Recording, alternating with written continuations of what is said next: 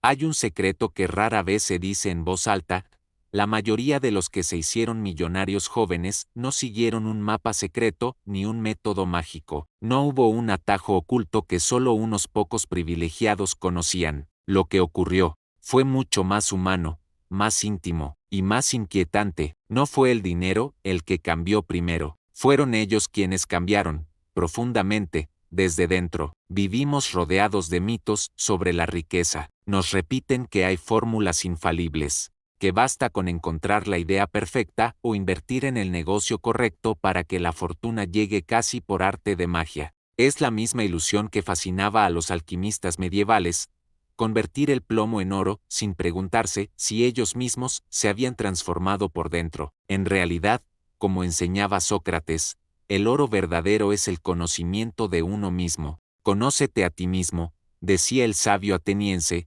no como un consejo filosófico abstracto, sino como una advertencia práctica: quien no se conoce termina sirviendo a lo que debería dominar. El dinero es, para muchos, un amo tirano. Algunos lo persiguen con ansiedad, otros lo desprecian con resentimiento, pero ambos caen bajo su poder. Marco Aurelio, el emperador estoico que gobernó Roma sin perder su alma, escribió en sus meditaciones: la riqueza que posees, algún día la poseerá otro. Solo la virtud es realmente tuya. Esta frase podría parecer un llamado al desapego, pero encierra una lección financiera profunda. Si tu identidad depende del dinero, entonces no es tuya la riqueza, sino que tú eres suyo. Quien nace o crece en un ambiente de escasez suele aprender, sin palabras, una serie de creencias invisibles: que el dinero corrompe, que es peligroso, que nunca es suficiente, o que es un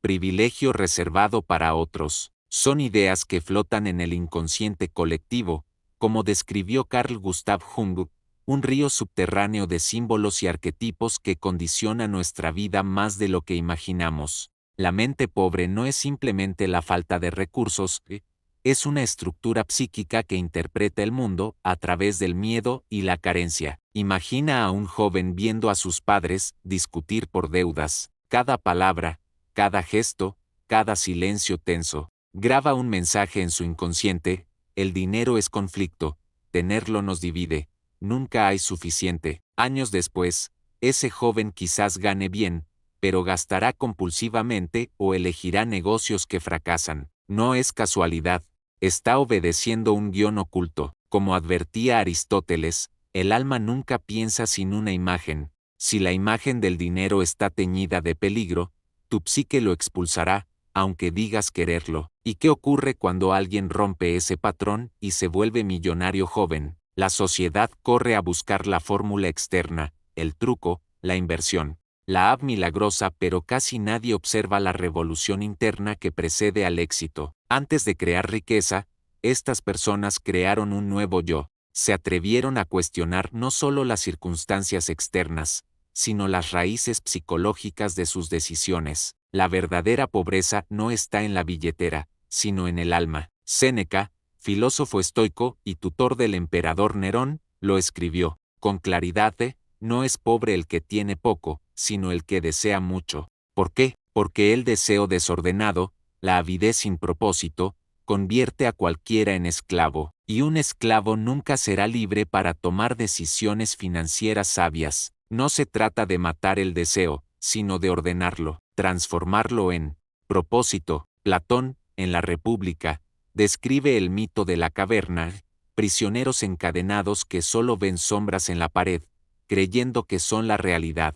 Así es como la mayoría entiende el dinero: sombras proyectadas por la cultura, el marketing, las redes sociales. Se confunde riqueza con ostentación, libertad con consumo. Pero salir de la caverna significa mirar de frente la luz de la verdad, aunque duela. Significa descubrir que la auténtica prosperidad es una consecuencia, no un fin en sí misma. Los jóvenes que se hicieron ricos antes de los 30, los que lo lograron de manera genuina, no por azar ni herencia, pasaron por un proceso interior profundo. Se preguntaron: ¿quién soy yo para merecer riqueza? ¿Qué historia interna me está saboteando? ¿A qué amo sirvo cuando persigo el dinero? Este cuestionamiento es doloroso, porque implica enfrentar la propia sombra. Jung llamaba sombra a todo lo que rechazamos de nosotros mismos y escondemos en el inconsciente. En el ámbito financiero, la sombra se manifiesta como miedo al éxito, culpa por prosperar o sabotaje constante. Antes de hablar de inversiones,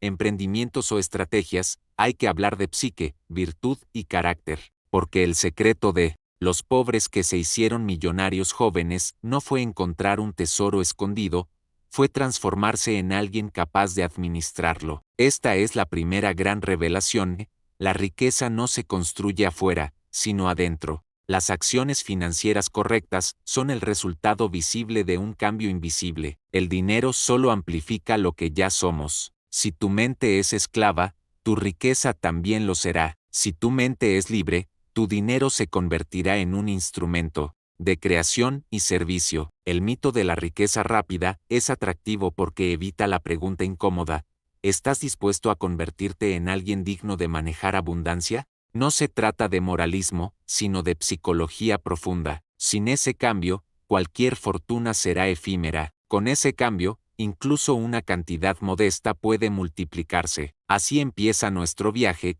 no buscando la fórmula externa, sino explorando las profundidades del alma humana. En la próxima parte veremos cómo librar la batalla interna contra esos fantasmas que nos atan a la pobreza, y cómo enfrentarnos cara a cara con nuestra propia sombra financiera. La verdadera guerra por la riqueza no se libra en los mercados ni en las calles, sino en lo más profundo de la mente humana. No es una lucha contra la economía ni contra la falta de oportunidades, es una confrontación con uno mismo, con esas fuerzas invisibles que Carl Gustav Jung llamó la sombra. La sombra financiera no es un enemigo externo, sino un conjunto de miedos, culpas y complejos heredados que viven en el inconsciente. Allí habitan las voces de la infancia: el dinero es sucio, los ricos son malos, si prosperas, traicionarás a los tuyos. Son frases no siempre dichas, pero sí transmitidas con miradas, silencios o gestos de dolor. Se instalan en lo más hondo de la psique y, desde allí, condicionan cada decisión económica que tomamos. Imagina un joven que crece viendo a sus padres perderlo todo tras una crisis económica. Aprende a asociar el riesgo con el peligro absoluto, no como algo que puede gestionarse. Años después, aunque gane un salario decente, no invertirá, no emprenderá, no se atreverá a crecer. Vive paralizado por una memoria que no es racional, sino emocional. Como decía Jung, hasta que no hagas consciente lo inconsciente, este dirigirá tu vida y lo llamarás destino. Los estoicos conocían bien esta batalla interior. Marco Aurelio, en medio de guerras y traiciones, escribió: si te atormentan cosas externas, no son ellas las que te perturban, sino tu juicio sobre ellas, y está en tu poder borrarlo ahora mismo. Lo mismo ocurre con el dinero, no es el mercado, ni la inflación, ni la competencia lo que nos paraliza, sino el significado inconsciente que les damos. Séneca advertía contra el miedo anticipado: sufrimos más en la imaginación que en la realidad. El pobre crónico no solo sufre por la falta de dinero real, sino por el fantasma de la escasez que lo persigue incluso cuando sus ingresos mejoran. Es como un exiliado que nunca se siente en casa, aun cuando logra estabilidad, teme perderla en cualquier momento. Esta sensación lo lleva a tomar malas decisiones, gastar compulsivamente para calmar la ansiedad, evitar inversiones por miedo a perder, o buscar dinero rápido para escapar del malestar interno. El filósofo Aristóteles enseñaba que la virtud es el justo medio entre dos extremos. Aplicado a las finanzas, la virtud económica se sitúa entre la avaricia y el despilfarro, entre la temeridad y la cobardía. Pero, ¿cómo encontrar ese equilibrio si la mente está gobernada por la sombra? ¿Cómo decidir con serenidad si cada número en la cuenta bancaria despierta miedo o culpa? Aquí entra el trabajo de autoconocimiento. Jung no proponía eliminar la sombra, sino integrarla. ¿Qué significa esto en términos financieros? Significa reconocer tus creencias limitantes, mirarlas sin juicio y descubrir de dónde vienen. Por ejemplo, si de niño escuchabas que los ricos explotan a los pobres, quizás hoy te saboteas cada vez que tu negocio empieza a ir bien. En el fondo, no quieres convertirte en aquello que desprecias. Integrar la sombra es aceptar que el dinero no te convierte en villano ni en héroe, solo revela quién ya eres. Veamos un ejemplo histórico. Durante la República Romana, Catón el Joven, famoso por su austeridad estoica, rechazaba la corrupción y el lujo desenfrenado. Sin embargo, entendía que la riqueza podía ser una herramienta para la virtud, no un obstáculo. La clave estaba en no depender de ella para definir la propia identidad. Este principio se aplica hoy. Quien teme al dinero o lo idolatra está igualmente dominado por él. La psicología moderna ha confirmado algo que los clásicos intuían.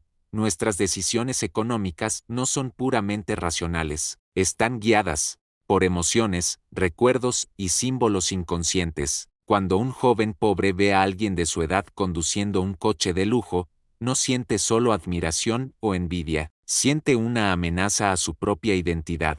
Si su mente está programada para creer que eso no es para mí, buscará excusas para justificar su situación, seguro lo consiguió de manera sucia, tendrá suerte, no mérito. Estas narrativas protegen el ego, pero también perpetúan la pobreza. La batalla interna consiste en desmontar esas narrativas. Sócrates practicaba la mayéutica, el arte de parir ideas verdaderas mediante preguntas. Si aplicáramos su método a las finanzas, podríamos interrogarnos así: ¿qué pienso realmente sobre la riqueza? ¿A quién le temo convertirme si gano mucho dinero? ¿Qué historias familiares cargo sobre la espalda? ¿Qué parte de mí se beneficiaría de seguir pobre, para no cambiar ni enfrentar nuevos desafíos? Responder honestamente duele, porque implica reconocer que la pobreza, a veces, ofrece excusas convenientes.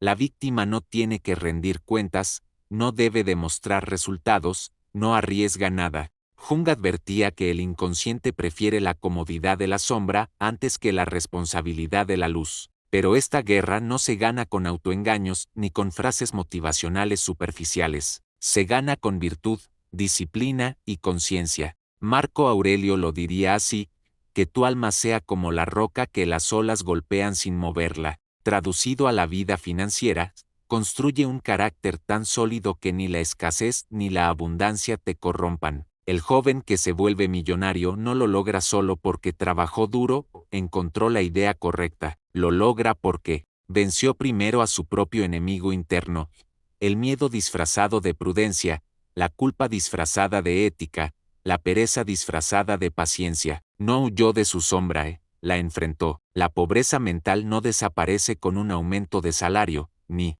siquiera con una fortuna repentina. Sin transformación interior, la sombra reaparece. El que teme perder, pierde. El que gasta para impresionar, se endeuda. El que se culpa por ganar, sabotea su éxito. La historia está llena de personas que ganaron la lotería y quedaron en bancarrota en pocos años, porque su psique no estaba preparada para manejar la abundancia. Por eso, la segunda gran revelación es esta: la riqueza verdadera no consiste en acumular dinero, sino en dominar la propia psique. La libertad económica es imposible sin libertad interior. En la próxima parte veremos cómo pasar de esta lucha interna a el despertar del héroe financiero, cómo transformar el miedo en propósito, integrar la sombra y activar el arquetipo del creador para construir riqueza sin perder el alma. Quien ha enfrentado su sombra ya ha dado el primer paso para la verdadera transformación.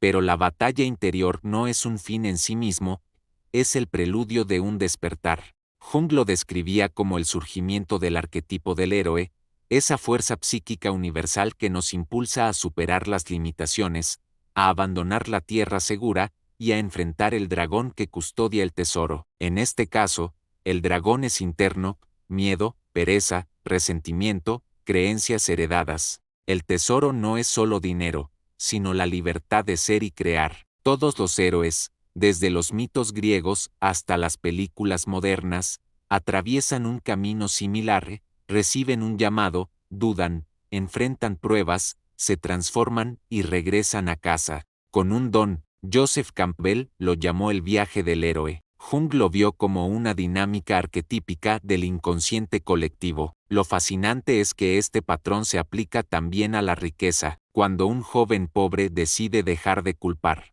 al mundo y empieza a preguntarse qué puede cambiar en sí mismo, ha oído el llamado. Es un llamado silencioso, incómodo, que suele aparecer en forma de insatisfacción. No quiero seguir viviendo así, pero ese impulso inicial no basta. El héroe debe adentrarse en lo desconocido, es decir, debe abandonar su zona de confort mental. Aristóteles decía que somos lo que hacemos repetidamente. La excelencia, entonces, no es un acto, sino un hábito. El despertar del héroe financiero no ocurre en un instante de iluminación mística, sino en la formación de un carácter disciplinado. Y aquí entra en juego una palabra que la cultura moderna suele despreciar: virtud. La virtud no es moralismo, sino poder interior.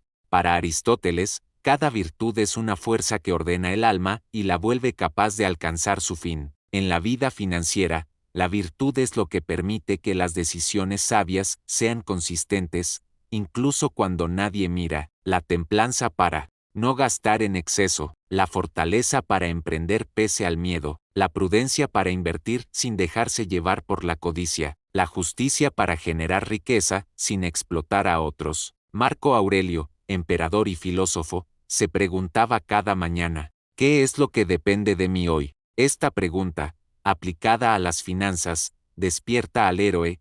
No depende del mercado, del jefe, ni del azar. Depende de ti desarrollar habilidades, aprender a ahorrar, invertir con inteligencia, crear valor real. El héroe financiero deja de esperar el golpe de suerte y empieza a convertirse él mismo en la fuente de su prosperidad. Jung explicaba que integrar la sombra libera energía psíquica. Lo que antes se gastaba en miedo, culpa o autoengaño, ahora se transforma en creatividad y propósito. Esta es la verdadera alquimia interior. No convertir el plomo en oro, sino la confusión en claridad, la ira en determinación, la carencia en iniciativa. Veamos un ejemplo moderno. Muchos jóvenes que hoy dirigen startups millonarias no empezaron con capital, sino con una idea clara y una voluntad feroz de aprender. Su éxito no vino de copiar fórmulas externas, sino de convertirse en personas capaces de tolerar la incertidumbre, trabajar con disciplina y buscar constantemente el bien común. Aunque no todos lean a Marco Aurelio o Jung, inconscientemente viven este proceso heroico, se conocen, se enfrentan a sí mismos, actúan con propósito. Sócrates afirmaba: una vida sin examen no merece ser vivida. En el plano económico, una vida sin examen lleva al estancamiento. El héroe financiero examina sus hábitos. ¿Por qué gasto así? ¿Por qué temo invertir? ¿Qué valor estoy creando en el mundo? Este examen constante, lejos de ser una carga, se convierte en fuente de poder. Platón enseñaba que el verdadero liderazgo se basa en el dominio de uno mismo. Lo mismo vale para la riqueza, Si no te gobiernas a ti mismo, el dinero te gobernará a ti. Y ese gobierno es cruel, puede convertir a un hombre libre en esclavo de sus propios deseos. El despertar del héroe implica descubrir que el dinero es un medio, no un fin. La psique pobre lo busca para llenar un vacío emocional. La psique rica lo crea como resultado de servir a otros y perfeccionarse a sí misma. Quien busca riqueza para escapar de su sombra solo la hace más grande. Quien la busca para cumplir un propósito mayor, crear, contribuir, crecer, transforma el dinero en un aliado. Pero este despertar no es cómodo, requiere disciplina diaria. Como entrenar un músculo, la mente debe aprender a soportar la incomodidad del ahorro, el esfuerzo de aprender nuevas habilidades, la paciencia de invertir a largo plazo. Marco Aurelio lo resumió con serenidad: la felicidad de tu vida depende de la calidad de tus pensamientos. Si piensas como víctima, vivirás como víctima. Si piensas como creador, actuarás como creador y el mundo responderá. Este es el tercer gran descubrimiento. Para hacerse millonario joven, de manera real y duradera, no basta con ganar dinero, hay que convertirse en héroe. Y ser héroe no significa vivir una vida sin miedo, sino actuar con virtud a pesar del miedo. En la próxima parte veremos cómo llevar este despertar del héroe a la práctica cotidiana, cómo traducir la filosofía clásica y la psicología profunda en decisiones financieras concretas: invertir, emprender, Ahorrar sin perder el equilibrio interior ni sacrificar la libertad por la riqueza. Todo lo que hemos explorado hasta ahora, la ilusión de la riqueza rápida, la batalla interna contra la sombra financiera y el despertar del héroe, sería incompleto si no desembocara en la vida real. La filosofía y la psicología no están hechas para vivir en los libros, están hechas para guiar nuestras acciones, para darnos claridad en medio del caos. Y el dinero, lejos de ser un tema vulgar, es una de las pruebas más concretas de si vivimos con virtud o con esclavitud interior. Una mente transformada debe expresarse en decisiones financieras concretas. El problema es que la mayoría busca primero la técnica y luego la transformación. Quieren saber en qué invertir, qué negocio abrir, cuánto ahorrar, sin preguntarse quién está tomando esas decisiones. Marco Aurelio lo habría puesto así: la riqueza es lo que piensas de ella. Cambia tu pensamiento y cambiará tu relación con ella. ¿Qué significa esto en la práctica? Significa que las herramientas financieras, el ahorro disciplinado, la inversión inteligente, el emprendimiento creativo, son extensiones de un carácter forjado. Sin virtud, esas herramientas se vuelven armas contra uno mismo. Con virtud, se convierten en instrumentos de libertad. 1. El ahorro como escuela de templanza. Ahorrar no es acumular por miedo, sino entrenar el alma para gobernarse. Séneca decía: la pobreza deseada es riqueza. No significa que debas vivir en la miseria, sino que el dominio de tus deseos es la verdadera abundancia. Cuando aprendes a diferir la gratificación, a reservar parte de tus ingresos sin sentir que te privas, estás construyendo un músculo invisible, la templanza. Este hábito te prepara para manejar sumas mayores en el futuro. 2. La inversión como acto de prudencia y coraje. Invertir no es apostar. Es una combinación de prudencia y valentía. Aristóteles definiría la prudencia como la capacidad de deliberar bien sobre los medios para alcanzar un fin. Aplicado al dinero, significa analizar, aprender y decidir sin dejarse arrastrar por la codicia o el miedo. El coraje, por su parte, te permite asumir riesgos calculados. Sin coraje, te quedas inmóvil. Sin prudencia, te lanzas a ciegas. Juntas, estas virtudes convierten la inversión en una disciplina racional, no en un juego de azar. 3. El emprendimiento como servicio y propósito. El héroe financiero no emprende para inflar su ego, sino para crear valor. Platón sostenía que el verdadero liderazgo se mide por la capacidad de servir al bien común. Lo mismo ocurre con la riqueza. Los proyectos que prosperan de forma sostenible son aquellos que resuelven problemas reales, que mejoran la vida de otros. Cuando el dinero es un subproducto del servicio, deja de ser un fin obsesivo y se vuelve una recompensa natural. 4. La libertad interior como brújula. Jung advertía que el inconsciente no desaparece, se transforma al ser reconocido. Por eso, incluso cuando empieces a tener éxito financiero, debes seguir vigilando tu sombra, la codicia que quiere más por miedo a perder, la arrogancia que olvida la humildad, la ansiedad que convierte cada decisión económica en un tormento. Marco Aurelio, siendo el hombre más poderoso del mundo, escribía cada noche para recordarse a sí mismo que la gloria, el poder y la riqueza son transitorios. Su ejemplo es claro: el equilibrio interior es más valioso que cualquier fortuna. La gran síntesis, el secreto revelado después de recorrer este camino, llegamos al núcleo de la verdad. El secreto de los pobres que se hicieron millonarios jóvenes no es un método externo, sino un cambio interno. Se atrevieron a conocerse, a enfrentar sus miedos, a disciplinar sus hábitos y a actuar con propósito. La riqueza no los hizo libres. Su libertad interior les permitió crear riqueza. Esta lección es tan antigua como la filosofía griega y tan moderna como la psicología profunda de Jung. Aristóteles enseñó que la felicidad, la eudaimonía, no es placer ni fortuna, sino la realización de la virtud.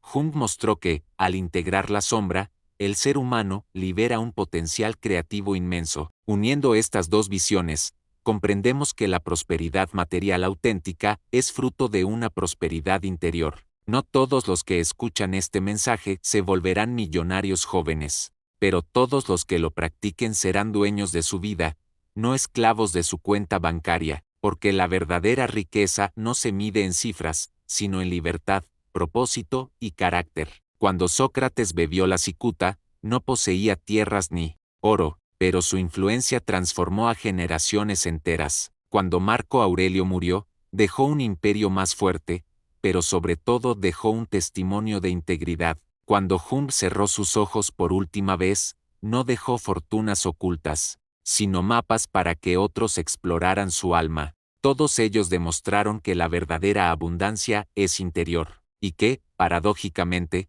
esa abundancia interior tiende a reflejarse también en el mundo exterior. Por eso, si quieres transformar tu destino financiero, no empieces buscando la inversión perfecta, sino preguntándote, ¿quién debo ser para manejar la abundancia con sabiduría? La respuesta a esa pregunta es el verdadero tesoro. El secreto está a la vista, pero pocos se atreven a aceptarlo. Hazte rico por dentro, y el resto seguirá.